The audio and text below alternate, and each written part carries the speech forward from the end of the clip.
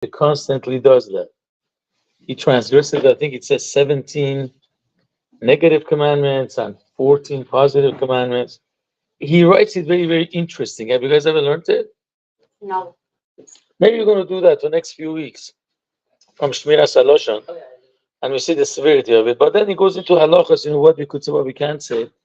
But actually, this week is one of the first weeks that we find a lot of some gossiping happening in the parsha. We all know that Yaakov, the Gemara says, actually criticizes Yaakov. You're not in that level. The Gemara could criticize that he was not doing the right thing by differentiating between children. Mistake many us as parents do. One kid is the way we want him, as everybody calls them the nachas machine, right? They think the children are like a machine to give nachas to the parents. They're not. They're more important than that. It's a good thing if they give nachas. So if a child is a nachas machine, they really favor him. But the other kid that's not doing too good in school or is wasting his time, they show like a sour face. So that was with Yaakov that he showed more. Again, he didn't show sour face to the other kids, God forbid. But he actually showed more closeness to Yosef than the other kids. So that caused the jealousy. The Gemara says the Masechta Shabbos never do that. This is one of the reasons what caused them to go down to Egypt. But besides that, what actually caused, in addition to the hatred, it added to the hatred, was the fact that Yosef was saying Lashon Hara about the brothers. The Torah says, Kol dibatam ra, anything bad that he found about the brothers, he said. And again, the brothers didn't do anything bad. It was just a matter of dispute between Yosef and the brothers, if these things are allowed or not. Let's go through them a little bit.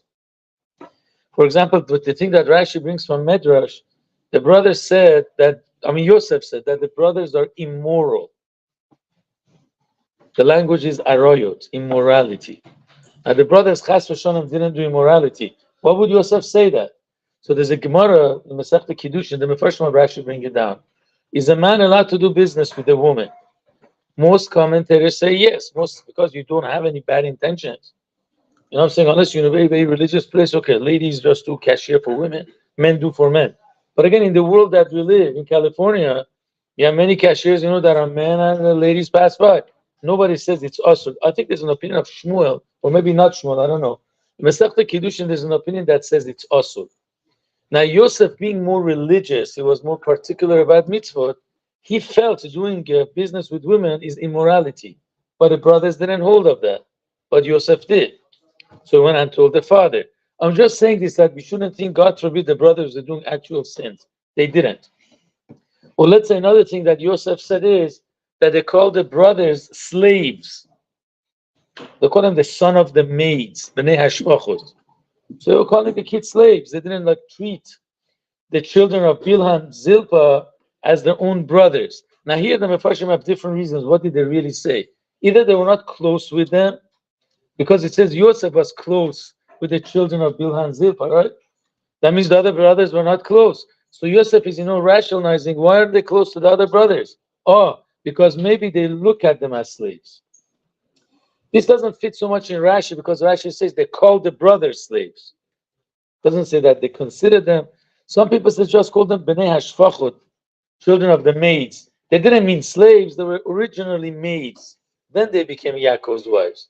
And then also another Lashon Hara that he said is that they actually don't shecht the animal, they eat a limb alive from an animal. That's what they said. Yosef said. Now here the Mefarshim say, actually, again, I don't know the laws, I'm not no rough here. But when we shecht an animal, right? Imagine it's still shaking. Are you allowed to cut a piece of meat and eat it right away or no? But you have to wait till it stops shaking. I don't know what the halacha is, but that was the dispute between them. When they used to shecht an animal, the brothers took the piece of meat right away. And if you wash the meat, you're allowed to eat it raw, by the way, you know that. Please don't try. Sushi is bad enough that we eat raw fish. I'm just kidding.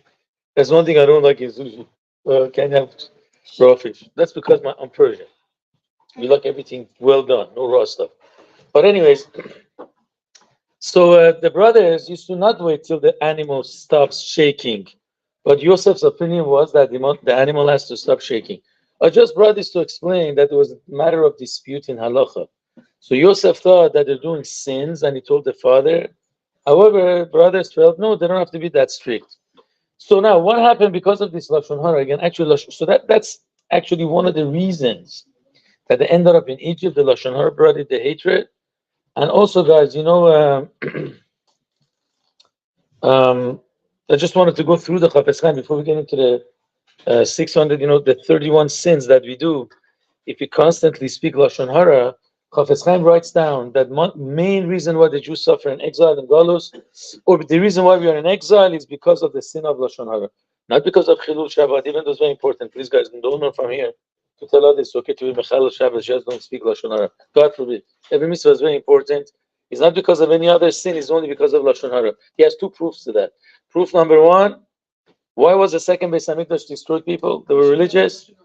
Sinat Chinam, right? They hated each other for no reason. The Chafetz Chaim explains it means lashon hara. They didn't just hate each other in their hearts.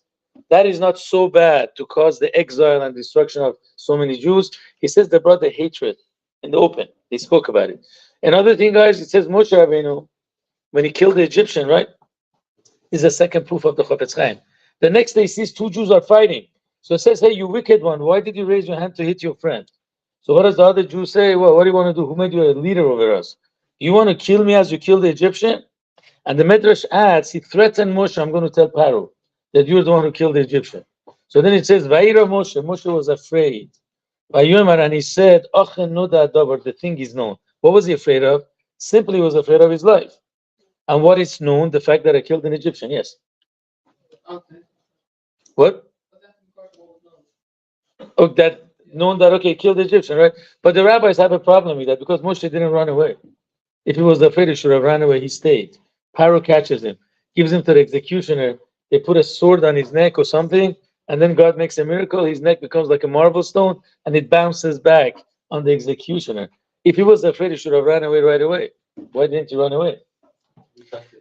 So then he wasn't afraid. That's it. So therefore, the rabbis in the Midrash, they learned Moshe was afraid not for himself.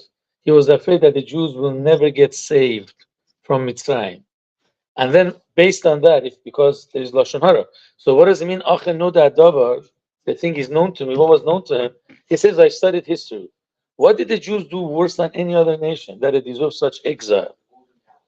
No. This is before the golden calf. So in Egypt, they didn't go out there to do golden calf. They didn't. No, it wasn't Avodah Zarah. If they do Avodah Zarah, go him do worse. Go him do worse. Stealing, go him do worse.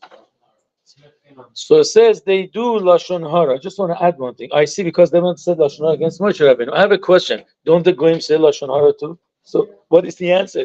They even do more gossip than we do. So his question was not because of stealing, it's not because of immorality, it's not because of any other sin, because the goyim do worse. What? Oh, so then the answer is, yeah, against me, if I speak bad about a Jew, that's lashon hara. If I speak bad about another nation, it's not a good thing, but it's not the sin of lashon hara. So the Mefarshim say, you know what, guys, the other nations are not united. They're not really one. Their souls are not one. What unites them is they have the same goal. So they join to reach the same goal. You want the biggest proof, guys? Everybody remembers the time that there was Arab Spring? That there was, times of Obama, there was like a whole uprising in the Arab world. Arabs were killing Arabs.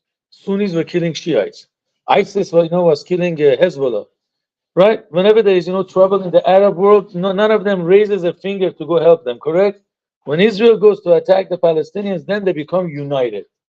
Because their goal is to be against Israel, but really they're not united. But when we were in trouble after October 7th, honestly, doesn't matter religious, not religious, nobody cared what our level of being religious is. There were people putting on tefillin for the life of the soldiers that lost their life. Everywhere in the world they were collecting money. Jews are be'etzem one because our souls are one. So when goyim speak lashon hara, they don't get damaged because they're not one anyways. The goals makes them one. They're separated. So lashon hara just makes more separation between separated people. That's why the sin is not so bad. But the Jews that are really one, our souls are connected. As we said, we all make this one soul of the first man, Adam Arishon, and then we speak lashon hara. You're destroying a true unity. That's what Moshe Rabbeinu realized. This is the sin that actually they deserve to be a slave. That's the way he learns it, and that's what Chafetz Chaim says. We see from this story that we could live in exile, but we could have a pretty good life. By the way, no life in exile is good. You guys know Gemara Brachos, right? The first Daf Gimel. It says the state of Jews in exile is oivei to a father that doesn't have. What does the father have when his children are not sitting by his table? And oivei to children that are kicked out of their father's table. Our home is the Beis Hamikdash. Even if you have the best life in exile, you're kicked out from our father's house. But nevertheless, you could have a normal life. You could live in villas, you could have healthy children, healthy wife, healthy husband, no problems of parnasa. But why do the Jews suffer in exile? That's what Moshe Rabbeinu said. They deserve to be slaves is because of the sin of Lashon Hara. I'm going to finish, guys, very quickly. Why is this sin so bad? Number one, we don't get punished for any sin that we do against God unless the Satan comes and accuses us. As long as we don't accuse each other through Lashon Hara, Chafetz Chaim says, the Satan's mouth is shut. When Rosh Hashanah comes, God says, I don't want to listen to you because my children, the Jews, don't accuse each other. They don't listen to each other's accusation, so the Satan has no permission to say bad. According to the Chafetz Chaim, no matter what sin is between us and God, if there is no Lashon Hara, there's no punishment. But the moment that I accuse another Jew or listen to his accusation, then God unleashes. The power of Satan is unleashed. The language that Chafetz Chaim brings from the Zohar HaKadosh is that I could speak Lashon Hara on this side of the world in the United States. Chafetz Chaim doesn't say United States. It says on this side of the world, and somebody innocent on the other side gets punished. That's why it's worse than anything else. Other sins that I do, they don't open up the mouth of the Satan. Number two, even if tragedy has to happen, prayer has the power to block the punishment. But that's as long as our power of speech is pure. If I use my words to say, my power of speech to say bad words, or I speak Lashon Hara, so then my mouth is contaminated. Chafetz Chaim brings that from the Zohar. When I say words of Torah and prayer, the bad, evil angels that are created from my Lashon Hara, they grab the words of the Torah. They don't let it go to heaven. That's reason number two, why this damages us more than anything else. Because this is the only sin that damages our prayers. All the other sins don't do it. And the third reason that he says, a sin that happens very often, and especially if it's a big sin, the effect is very bad, correct? How many times does a non-kosher person eat non-kosher food? We don't eat more than 3 times a day. And basically, if you don't touch seafood and meat and chicken, almost everything in America is kosher. Most of the dairy is kosher, most of the bread is kosher, most of the tuna is kosher. If you don't go to non-kosher restaurants, how many times a day do you eat non-kosher food? If somebody chas v'sholem doesn't keep Shabbos, he's mechal Shabbos once a week. Somebody doesn't fast on Yom Kippur, his sin is only once a year, as great as it is. Lashon Hara is a very great sin, as the Chafetz Chaim said, and it happens, unfortunately, 10 or 15 times a day. So these are reasons that we should not talk Lashon Hara. I'm going to stop here, guys. We've got to eat something. And then, Be'ezrat Hashem, next week, we're going to go through the 31 sins that we might commit. Thank you for listening, guys. Let's begin. Guys, please just take one, because I have to go to another school. Thank you, guys. By the way, in this bag, there is a... Thank you, guys. Just one. I really appreciate it. Do not forget to say Hamosi, wash your hands. Next person, please hold it. There is more. Take it out now. Guys, there is more. Where's that? Some guys didn't get. Please, guys. I need it on this side. Pass it up. It's good one. Thank you, Rabbi.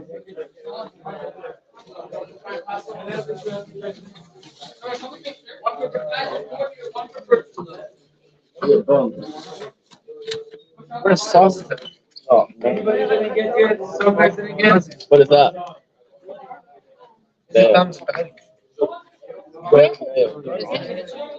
There's already mayonnaise. I thought it was barbecue. Oh. This is spicy meal. No, but it's just ketchup. No, that's not a color.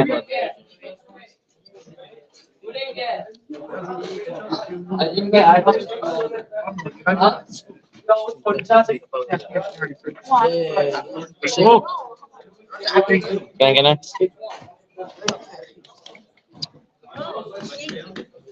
What is this? That's too much. Yo. There you go. Rabbi, can we get phone? Can I get it after? Don't give it to me.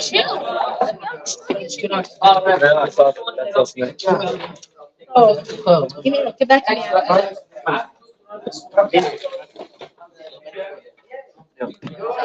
Give me 1 second. I'm not there. After. Yeah. Just do it. God damn it. Sick.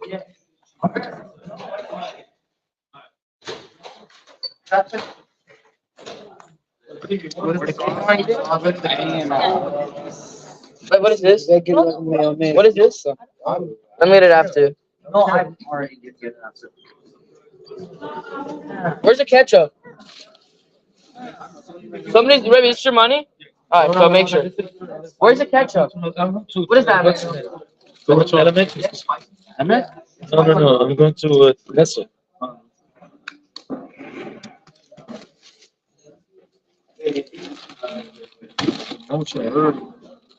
Okay, guys, enjoy. Please make sure it goes to the garbage. Anybody? It looks like you're doing arts and crafts. Get paisa. No paisa. Está